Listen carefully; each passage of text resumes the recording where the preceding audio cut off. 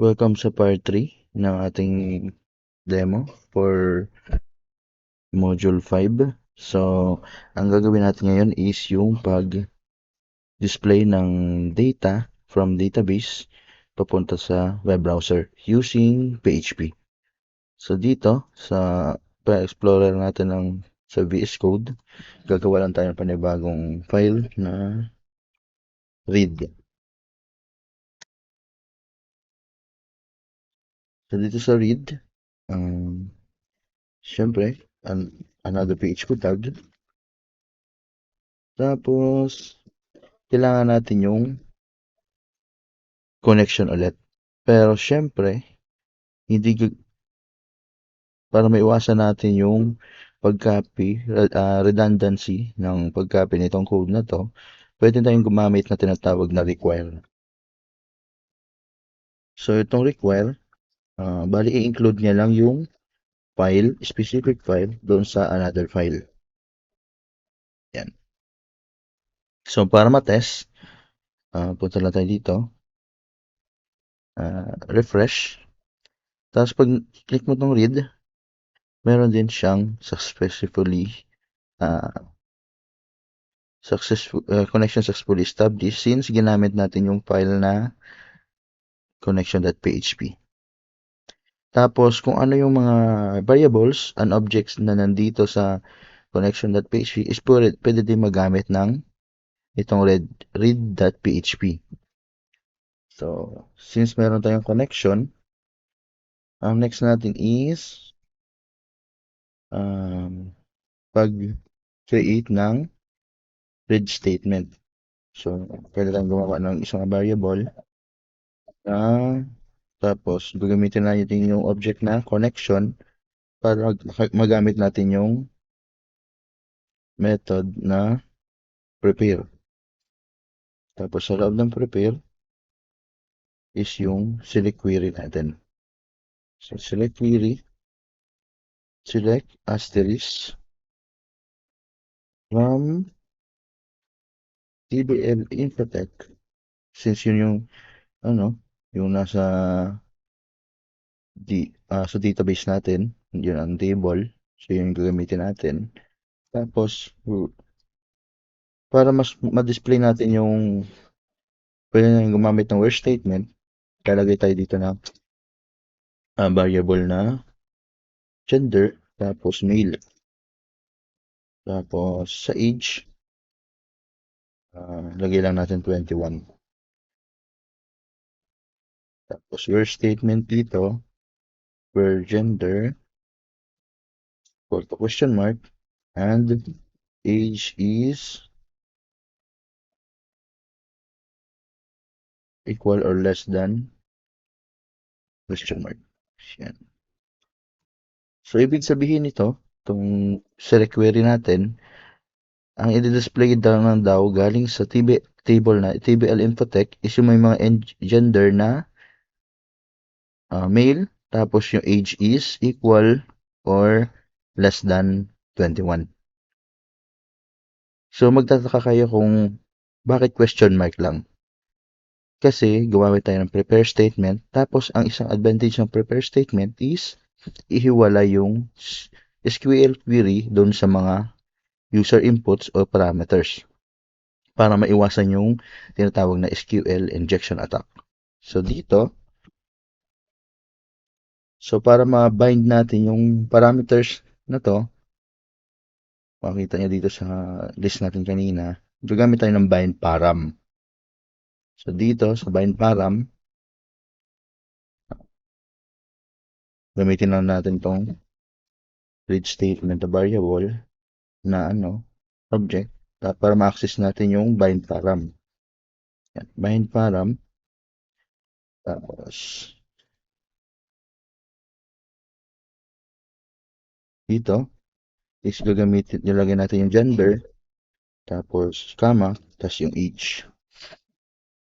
Kung ano yung pagkapasunod dito sa query na to, mga parameters, dapat yun din yung pagkapasunod dito sa bind param.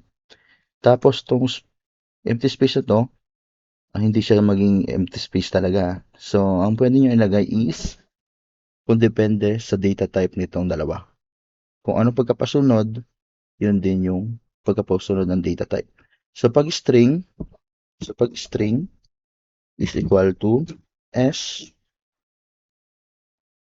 S, tapos pag integer is equal to I, tapos pag double, o yung tinatawag natin floating point, o yung mga decimal number, is B. Tapos yung blob data is B. So, ibig sabihin ng blob data is yung mga uh, galing sa image data or audio or video. Pero ang usually na ginagamit is string at integer. So, since itong gender is string, ilalagay natin ng S. Tapos itong age, since integer siya, whole number, lagyan natin ng I. So, S ay yung data types na nandito sa parameter nito. Tryhin lang natin to. Tapos, since na bind na natin yung dalawa, itong prepare statement at yung bind mga parameter, pwede na natin execute yan. So, yung object na read statement, tapos execute. So, na-execute na. Pero para makuha natin yung data, um, gamitin ulit natin yung object na read statement, tapos get result. Tapos, mas maganda, i-store natin sa another variable yung result. So, lagyan natin dito result. Yan. Tapos, next natin is may i-check natin kung meron bang nakuha na na data dito sa table na to. Para ma-check natin, pwede tayong gumamit ng tinatawag na numRows. So, if else statement tayo, if else, tapos yung result na object, result, tapos gamitin natin yung numRows, tapos i-check natin kung greater than 0. Ibig sabihin, pag nag-true to, may laman siya na at least 1. Pero pag else is wala siyang laman. So, pero dito, pwede na natin lagay na echo no record found. Yan. Tapos dito sa loob, ibig sabihin, meron siyang nakitang record. So, paano natin ma-display yun? Dito tayo gagamit ng tinatawag na fetch assoc. So, i-display niya row by row. Naka-associative array na siya. So, gagamit tayo ng while loop dito. Gagamit tayo ng while loop dito. Tapos, mas maganda is i-save natin yung sa row na variable yung result. Tapos, fetch assoc. Yan. Tapos dito sa rows, ito yung gagamitin nating pang-display dito sa row by row. So, pwede kayo mag-echo. Ang gusto nating i-display lang is yung last name. Check muna natin kung ano ba yung mga information dito. So, meron tayong last name, first name, gender, age. So, kunwari, ang gusto na natin labas is yung itong apat. Last name, first name, gender, at age. Pero gusto natin ipagsama na itong dalawa. Itong last name at first name. So, lagay natin dito is full name. Full name. Tapos, para mas ma-emphasize yung text, pwede natin mag-ano tayo ng strong.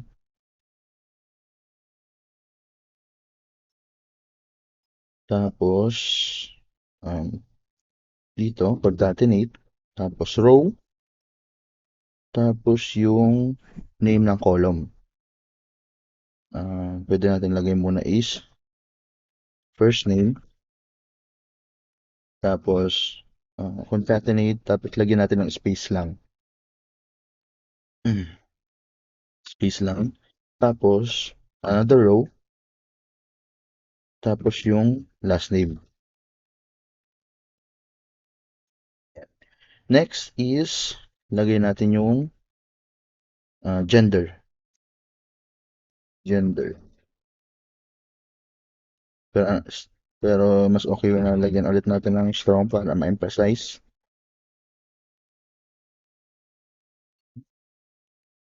Tapos, yung concatenate. Tapos row.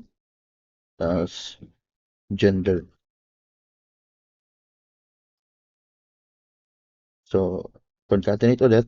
Tapos, ang next is yung age. So, age. Tapos, strong ulit.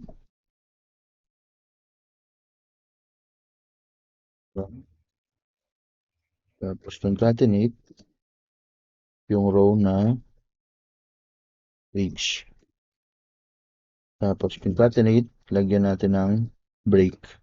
Para next line yung pag-display niya. Tapos, semicolon lang dito sa dulo. So, dapat ang output niya is ganito. So, kunyari, name ko, full name, tapos, dapat naka-bold, tapos, Daryl, Doctor, tapos, male, naka-bold din yung male, ay, gender pala, tapos, male, space ulit, tapos, age na naka-bold, tapos, yung age ko. Yan. So, tapos, next record ulit, ganito. So, ganun dapat ang output niya. Sabrahin lang natin to. So, since na ano niya, ibig sabihin nito is habang may rows na pwedeng i-display is i-output niya to. So, bali naka-index na rin to, tapos naka-array na tong rows. Kaya next lang yung pag-display niya. After that, ang gagawin natin is yung since na-display na natin, na code na natin pag-display, pwede tayong gumamit dito sa ilalim ng yung free result. So, mas maganda since naka-save yung result natin sa result na variable, yun yung a-access natin, tapos free result. So, na-discuss natin kanina sa yung free result is yung pag-free up ng memory ng result set. Tapos, ang gagamit din tayo ng close para i-close yung database since na okay na tayo sa paggamit ng database connection. So, ang access natin is yung con. So, ito yung connection natin. Con, tapos close lang. Tapos semicolon. So, yan. So, para matest natin, um, refresh natin to. So, ayan. So, ito na yung record. Para maayos, wala pa lang yung connection natin dito, wala pa lang break. So, pwede natin lagyan ng break yan. Tapos, napansin natin na magkadikit tong gender at age. So, pwede tayong mag-add ng spaces dito. Sa gender, tapos sa age. Yan. Tapos, refresh lang natin. Gender, yan. So, bakit isa lang? So, i-check natin dito. Kasi, ang hinihingi daw lang natin is yung male, lahat ng male, which is itong tatlo, itong 3-8, tapos itong may 1 na record, tapos 21 below lang daw. So, ang sumakto lang doon sa statement is itong number 1, which is si John Doe. Kaya yun lang din ang na-display dito. So, kung gusto natin lagay is palitan natin yung statement ng female, ito, female, Ah, so, ano dapat ang expect nating output? Female daw. So, dalawa siya. So, dapat ang may display lang dito is yung si Jane Smith. Since siya lang yung may age na 21 pababa. So, pag ni-refresh natin to, tama. So, paano pag um, nilagyan natin extra 1 dito? So, dapat wala siyang display na record since wala namang gender dito na merong 1 female. So, pag ni-refresh natin to, ang di-display sa kanya is no record found. Yun ang purpose ng numRows. Chine-check niya kung may return. So, ayun. Another way to itong way na to is yung tinatawag na direct result since dinidisplay agad natin yung result sa browser as string na mismo. So, may ibang other way. So, may other way to grab the data. So, meron tayong tinatawag na JSON encoding. So, dito, hindi natin siya i-direct result as string, but instead, array pa din siya. As array, JSON array. So, dito, sa taas, set tayo ng variable na data as array, empty array. Tapos, dito, i-comment na lang natin to. Tapos, dito sa loob nito is meron tayong isa-save natin sa data bracket yung each row. So, bawat row daw, i-return ng row is save niya sa data as index, as array. So, bale, tapos dito sa baba, dito tayo magkakaroon ng variable na JSON data, tapos JSON encode, tapos i-encode natin yung data na yun. Tapos, then, i-echo natin JSON data.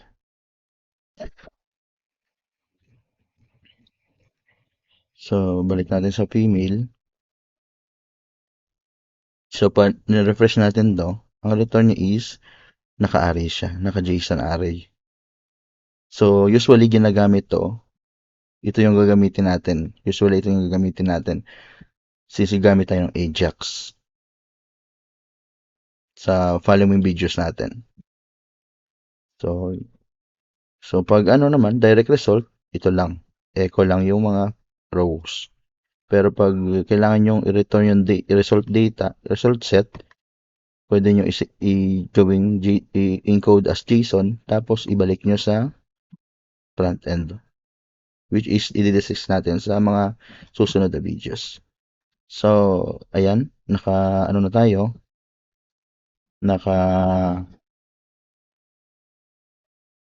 Natapos na natin yung pag-display ng records. Ang next natin is yung pag-insert naman. So, sa next video na ulit yun.